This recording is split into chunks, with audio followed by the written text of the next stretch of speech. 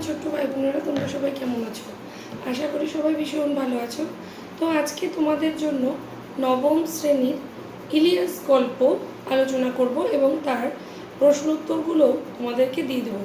তোমরা একটু খাতাতে সেগুলো লিখে নিয়ে খুব ভালোভাবে মুখস্থ করে নিও, যাতে তোমাদের পরবর্তীতে কোনো সমস্যা না হয়। তো তোমাদের এর আগে আমি ধীবর বৃত্তান্ত বুঝিয়ে দিয়েছি, তো তোমরা ভালোভাবে ইলিয়াস গল্পটি বুঝে নাও। এখান থেকে গুরুত্বপূর্ণ প্রশ্ন এবং উত্তর আমি তোমাদের জন্য দিয়ে দেব। এই ভিডিওর শেষে তোমরা উত্তরগুলোকে ভালো মতন দেখে খাতাতে লিখে নাও প্রশ্ন উত্তরগুলো, যাতে তোমাদের পরীক্ষাতে কোনো প্রশ্নের উত্তর দিতে কোনো রকম সমস্যাই না হয়। তো চলো আর দেরি না করে তোমাদের গল্পটি লাইন লাইন আমরা বুঝি। আসলে এই লিও তলস্তয়ের লেখা ইলিয়াস গল্পটি বাংলাতে তর্জমা করা হয়েছে। হ্যাঁ, আমরা যে গল্পটি আজকে তোমাদের পাঠ্য নবম শ্রেণীতে পড়ব, সেটি তর্জমা করা হয়েছে বাংলাতে, অর্থাৎ অনুবাদ করা হয়েছে।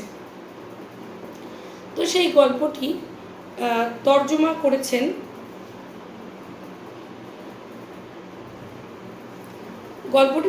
করেছেন মনীন্দ্র দত্ত। চলো দেরি না করে এবার আমরা গল্পে চলে যাই। মানুষের ভাগ্য চাকার মতো ঘোরে। আজকে আমি হয়তো ভালো পজিশনে আছি, কালকে আমার এই পজিশন নাই থাকতে পারে। তো আজকে আমি যে পজিশনে আছি, সেই পজিশনে দাঁড়িয়ে আমি যদি অহংকার করি, সেটা আমার পরবর্তী দিনে এই অহংকার আমার বজায় থাকবে? তো সেটা হচ্ছে সবচেয়ে বড় প্রশ্ন, তাই নয় কি? তো সুতরাং কিছু কিছু দেখবে ছাত্রদের ক্ষেত্রেও, কিছু কিছু ক্লাসের ছাত্ররা যারা ভালো রেজাল্ট করে বরাবর, ক্লাসের সাধারণ ছাত্রদের সাথে কথা বলতে চায় না। তো আজকে যে ভালো ফলাফল করছে, সে যে আগামী দিনে এই একই রকম ফলাফলকে বুঝিয়ে রাখতে পারবে, বা এই একই রকম তার মেধা থাকবে, বা সে ভবিষ্যতে ওই ক্লাসের সাধারণ ছাত্রটির মতো হয়ে যাবে না, বা সাধারণ ছাত্রটিও কোনোদিন তাকে টেক্কা দিয়ে উপরে চলে যাবে না, এই গ্যারেন্টি কি কেউ দিতে পারে কোনোদিনও? না। তবুও কিন্তু ক্লাসে কিছু ভালো ছাত্র দেখবে অহংকার করে, সাধারণদের সাথে কথা বলবো না, ওরকম বন্ধু রাখবো না, তাই না? সেরকম সমাজের ক্ষেত্রেও কিছু সাধারণ মানুষ, তারা সবসময় উঁচুতলার মানুষের কাছে অবহেলিত হয়। তো সেটা না করে সমাজে কার কখন স্থান পরিবর্তন হবে, বা কে কখন কোন পজিশনে থেকে খারাপ পজিশনে চলে যেতে পারে, বা কেউ কখনো খারাপ পজিশন থেকে ভালো পজিশনেও চলে যেতে পারে, সেটা কেউ জানে না। আমাদের আলোচ্য ইলিয়াস গল্পে যে ইলিয়াস চরিত্র, তার একদিন খুব ভালো পজিশন ছিল, ভালো প্রতিপত্তি, ধন দৌলত সব কিছু ছিল। একটা সময়তে তার সমস্ত কিছু হারিয়ে যায় জীবন থেকে। তবুও সে হার না মেনে সুখী জীবনযাপন করে তার স্ত্রীকে নিয়ে। তো চলো আমরা সেই গল্প আর দেরি না করে পড়ে দেখি যে গল্পের মধ্যে কি রয়েছে। উফা প্রদেশে ইলিয়াস নামে এক বাস্কির বাস করত। তো উফা একটা জায়গার নাম, সেখানে ইলিয়াস বলে একজন লোক, সে বাস করত। সেখানে তার বাসস্থান ছিল। ইলিয়াসের বিয়ের 1 বছর পরে যখন তার বাবা মারা গেল, তখন সে না ধনী না দরিদ্র। ইলিয়াস বিয়ে যখন করেছিলেন, তার কিছুদিনের মধ্যে তার বাবা মারা যায় 1 বছর পর। তখন সে গরিবও না ধনীও না, মধ্যবিত্ত। 7টা ঘটকি, 2টো গরু আর 20টা ভেড়া, এই তার যা কিছু বিষয় সম্পত্তি খুব সামান্যই ছিল, খুব বেশি সয় সম্পত্তি তার তখন ছিল না। কিন্তু ইলিয়াসের সুব্যবস্থা, তার সম্পত্তি কিছু কিছু করে বাড়তে লাগলো। ইলিয়াস যখন ধীরে ধীরে প্রচুর পরিমাণে পরিশ্রম করতে লাগলো নিজের সম্পত্তি, নিজের ধন দৌলত বাড়ানোর জন্য, তখন ধীরে ধীরে তার সয় সম্পত্তি বৃদ্ধি পেতে থাকলো। অল্প অল্প করে তার বিষয় সম্পত্তি বাড়তে থাকলো। সে আর তার স্ত্রী সকলের আগে ঘুম থেকে ওঠে আর সকলের পরে ঘুমোতে যায়। ইলিয়াস ও তার স্ত্রী সবার আগে ঘুম থেকে উঠে তাদের নিজেদের কাজকর্ম করতে থাকে এবং সবার পরে তারা ঘুমোতে যায়। সকাল থেকে রাত পর্যন্ত কাজ করে, দুজনে সকাল থেকে রাত অবধি কাজ করে। ফলে প্রতি বছরই তার অবস্থার উন্নতি হতে লাগলো। প্রত্যেক বছরই তাদের অবস্থা ধীরে ধীরে করে বৃদ্ধি পেতে থাকলো। এবার 35 বছর পরিশ্রম করে সে প্রচুর সম্পত্তি করে ফেলল। লাইনটা দাগ দিয়ে রাখো। 35 বছর পরিশ্রম করে ইলিয়াস প্রচুর সয় সম্পত্তি বানিয়ে ফেলল। তখন তার 200 ঘোড়া, 150 গরু মোষ আর 1200 ভেড়া। এটা প্রশ্ন আসতে পারে যে 35 বছর পরিশ্রম করার পর ইলিয়াসের সয় সম্পত্তির পরিমাণ কি হয়েছিল। তখন লিখবে 200 ঘোড়া, 150 গরু মোষ আর 1200 ভেড়া। ভাড়াটে মজুররা তার গরু ঘোড়ার দেখাশোনা করে। ভাড়াটে মজুরানীরা দুধ, দই, কুমিজ, মাখন আর পনির তৈরি করে। মোট কথা, ইলিয়াসের তখন খুব বলবোলা মানে নাম ডাক। এক কথায় বলতে গেলে যখন ইলিয়াসের সয় সম্পত্তির উন্নতি হতে থাকলো তখন ইলিয়াস ভীষণ নামডাক হয়ে গেল। তার চারদিকে সয় সম্পত্তি বৃদ্ধি পেল, মান প্রতিপত্তিও বৃদ্ধি পেল।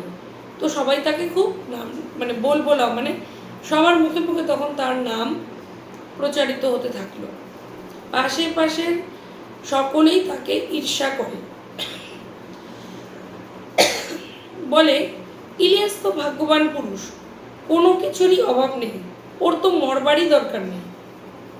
দেখবে এটা নিয়ম, যখন তুমি খারাপ পজিশন থেকে একটু ভালো পজিশনে যাবে তখন তোমার বাড়ির আশেপাশের লোকেরাও তোমার প্রতি হিংসা করবে, বা তোমার একই ব্রেঞ্চে বসে থাকা বন্ধু তার থেকে যদি তুমি বেশি নাম্বার পাও তখন সেই বন্ধুটিও তোমাকে কিন্তু হিংসা করবে। এটাই নিয়ম। তো এখানে ইলিয়াসের যখন অবস্থার উন্নতি হতে থাকলো তখন তার বাড়ির পাশাপাশি থাকা বিভিন্ন মানুষজন তাকে হিংসা করতে শুরু করলো। ঈর্ষা কথার মানে হিংসা। ক্রমে ভালো ভালো লোকের সঙ্গে তার পরিচয় হতে লাগলো। দূরান্তর থেকে অতিথিরা তার সঙ্গে দেখা করতে আসে। সকলকেই স্বাগত জানিয়ে সে তাদের ভোজ্য পানীয় দিয়ে সেবা করে। অনেক দূর থেকে আত্মীয় ইলিয়াসের সঙ্গে তখন দেখা করতে আসা শুরু করলো। সে যখনই আসুক কুমিজ, চা, শরবত আর মাংস সবসময়ই হাজির। তার বাড়িতে প্রচুর গরু মোষ আছে, ভেড়া আছে, তো ঘোড়া আছে। বেশি বেশি লোকজন আসলে ভেড়া, ছাগল মানে এগুলোর মাংস কেটে তাদেরকে পরিবেশন করতো। দুধ, কুমিজ এ সমস্ত জিনিসপত্র তাদেরকে দিয়ে আতিথ্য করতো বা অতিথি পরায়ণ হতো, মানে অতিথি সেবার শুশ্রূষা করতো।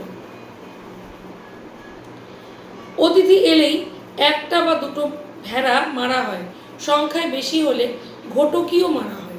অতিথি যদি বেশি আসতো একটা বা দুটা ভেড়া মেরে তাদের মাংস দেওয়া হতো, মাংস কেটে সেই মাংস রান্না করে দেওয়া হতো। আবার বেশি লোকজন এলে ঘটকি অর্থাৎ মেয়ে ঘোড়া সেটিও মেরে ঘোড়ার মাংস খাওয়ানো হতো। ইলিয়াসের 2 ছেলে 1 মেয়ে, সকলেরই বিয়ে হয়ে গেছে।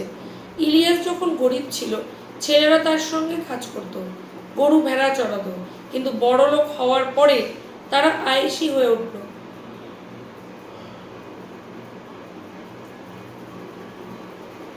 বড়টি এক মারামারিতে পড়ে মারা গেল।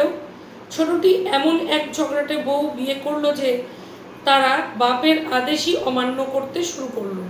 ফলে ইলিয়াসের বাড়ি থেকে তাদের তাড়িয়ে দেওয়া হলো। ছোট ছেলের বউটা ভীষণ হিংসুটে, ভীষণ ঝগড়ুটে। তাই ইলিয়াস তার ছোট ছেলেকে কিছুটা সয় সম্পত্তি দিয়ে বউ সমেত বাড়ির থেকে তাড়িয়ে দিল। কিসের জন্য? যে তোদের এখানে থাকার দরকার নেই। তো মানে ঝগড়ুটে মানুষের সাথে তো তাল মিলিয়ে চলাটাও খুব মুশকিল। তাই ইলিয়াস তখন ছোট ছেলেকে তার বাড়ির থেকে বিতাড়িত করে দিল।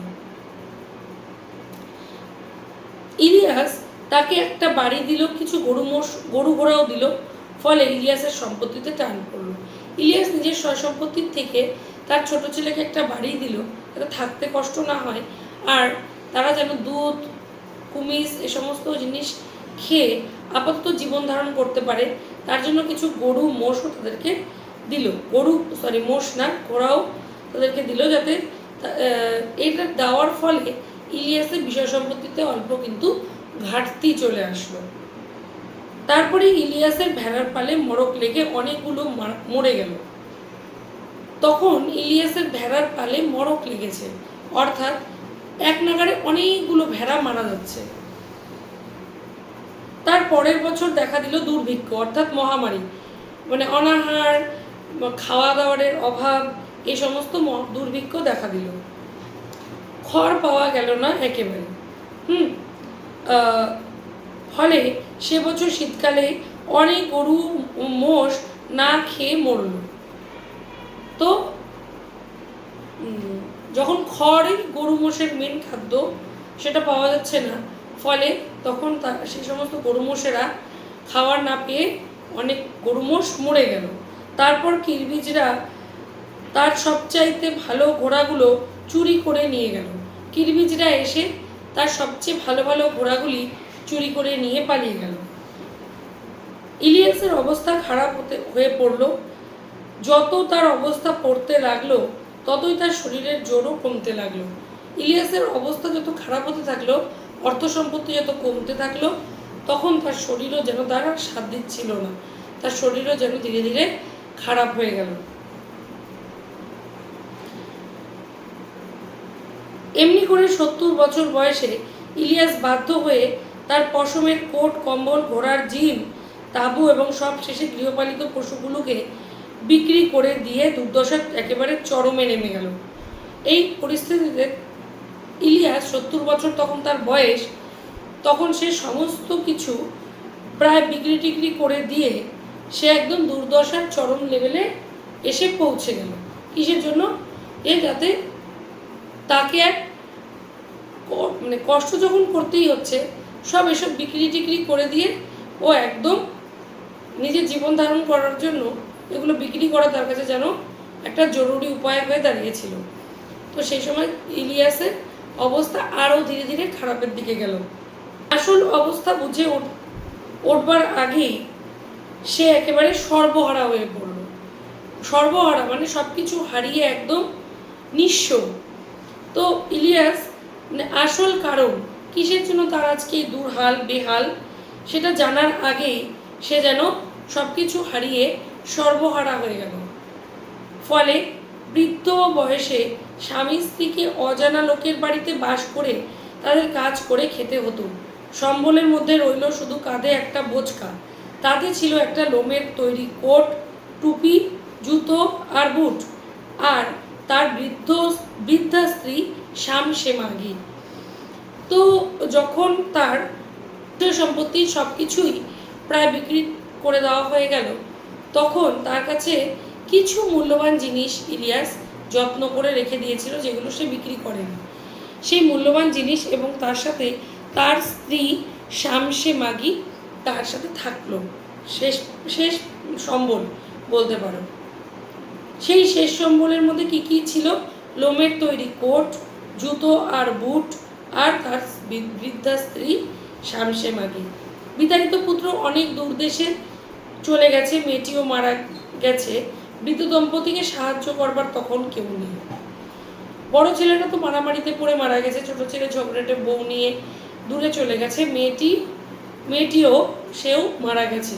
তাই বৃদ্ধা স্ত্রী আর স্বামীকে দেখভাল করার জন্য কেউ আর নেই, হাতের পাশে কেউ নেই। মোহাম্মদ শাহ নামে এক প্রতিবেশীর করুণা হলো বুড়ো বুড়ির জন্য। মোহাম্মদ শাহ একজন মুসলমান লোক, সে ইলিয়াসের পাড়া প্রতিবেশী বলতে পারো।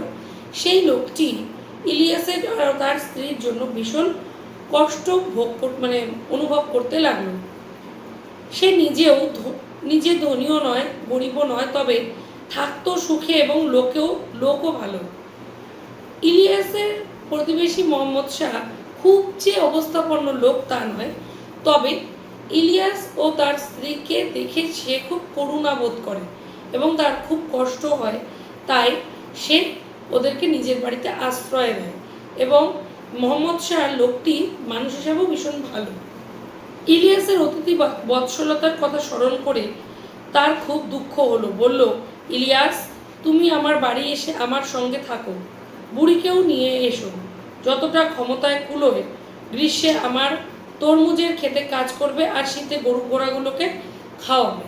মানে ইলিয়াসকে বলছে, তুমি তোমার স্ত্রীকে নিয়ে আমার এখানে এসে থাকো, গ্রীষ্মে খেতেতে কাজ করবে আর শীতকালে গরু ঘোড়াগুলোকে খাওয়াবে। শামসেমাগিও ঘটকিগুলোকে ধুইতে পারবে, কুমিজ তৈরি করতে পারবে, আমি তোমাদের দুজনেরই খাওয়া পড়া দেব। এছাড়া যদি কখনো কিছু লাগে তা বলবে, তাও দেব। মানে মোহাম্মদ শাহ ইলিয়াসের স্ত্রীকে হাতে টাকা পয়সা সেভাবে দেবে না, খাওয়া পড়া দেবে, থাকার ব্যবস্থা দেবে, আর যদি কখনো কোনো কিছুর প্রয়োজন হয় তাহলে সে প্রয়োজনের জিনিসটা পূরণ করবে। ইলিয়াস প্রতিবেশীকে ধন্যবাদ দিল। সে আর তার স্ত্রী মোহাম্মদ শাহর বাড়িতে ভাড়াটে মজুরের মতো কাজ করে খেতে লাগলো। মানে ইলিয়াস আর তার স্ত্রী মোহাম্মদ শাহর বাড়িতে জায়গা নিল, ওখানেই থাকবে, ওখানেই তারা শেষ বয়সটা কাটাবে। প্রথমে বেশ কষ্ট হতো, কিন্তু ক্রমে ক্রমে সব সয়ে গেল। যতটা পারতো কাজ করতো আর থাকতো। বুড়ো বুড়িকে রেখে মোহাম্মদ শাহরও লাভ হলো, কারণ নিজেরা একদিন মনিব ছিল বলে সব কাজই তারা ভালোভাবে করতে পারত। তাছাড়া তারা অলস নয়, সাধ্যমতো কাজকর্ম করত। তবু এই সম্পন্ন মানুষ দুটি দুরবস্থা দেখে মোহাম্মদ শাহর দুঃখ হতো। মানে ইলিয়াস আর তার স্ত্রী কোনো অলস মানুষ নয়, তারা খেটে খাওয়া মানুষ। যতক্ষণ পর্যন্ত তার শরীর চলে তারা মানে কাজের পিছনেই সময়টা দিত। তাই এদেরকে খাওয়ালে মোহাম্মদ শাহ কিছু কম পড়বে না। সেই কারণে মোহাম্মদ শাহ ইলিয়াস আর তার স্ত্রীকে ভীষণভাবে সহযোগিতার হাত বাড়িয়ে দিয়েছিল। একদিন মোহাম্মদ শাহর একদল আত্মীয় অনেক দূর থেকে তার বাড়িতে অতিথি হলো। তাদের মধ্যে একজন ছিলেন মোল্লা। মোহাম্মদ শাহ ইলিয়াসকে একটা ভেড়া এনে মারতে বলল। একদিন মোহাম্মদ শাহর বাড়িতে অতিথি এসেছে, তাদের মধ্যে একজন মোল্লা মানে মুসলমান লোকও এসেছে। ইলিয়াসকে মোহাম্মদ শাহ ডেকে একটি ভেড়া মারতে বলল। ইলিয়াস তার চামড়া ছাড়িয়ে সেদ্ধ করে অতিথিদের কাছে পাঠিয়ে দিল। কি পাঠিয়ে দিল? ওই ভেড়াটিকে মেরে মাংস বের করে সেই মাংস সেদ্ধ করে অতিথিদের খাওয়ার জন্য পাঠিয়ে দিল। অতিথিরা খাওয়া দাওয়া করলো, চা খেলো, তারপর কুমিসে হাত দিল। অতিথিরা চা খেলো, খাওয়া দাওয়া করলো, করে সেই কুমিজটার মধ্যে হাত দিল। কুমিজ এক ধরনের পানীয়, দুধ থেকেই তৈরি হয়, সেটাও এক ধরনের পানীয়। মেঝে কম্বলের উপরে পাতা কুশনে গৃহস্বামীর সঙ্গে বসে অতিথিরা বাটি থেকে কুমিজ পান করতে করতে গল্প করছিল। এটুকু আজকে প্রথম পর্বে আমি পড়ালাম। তো আগামীকাল আমি দ্বিতীয় পর্ব তোমাদের জন্য আপলোড করব ভিডিও, তোমরা সঙ্গে থেকো। বাকিটুকু কালকে আমরা পড়ব।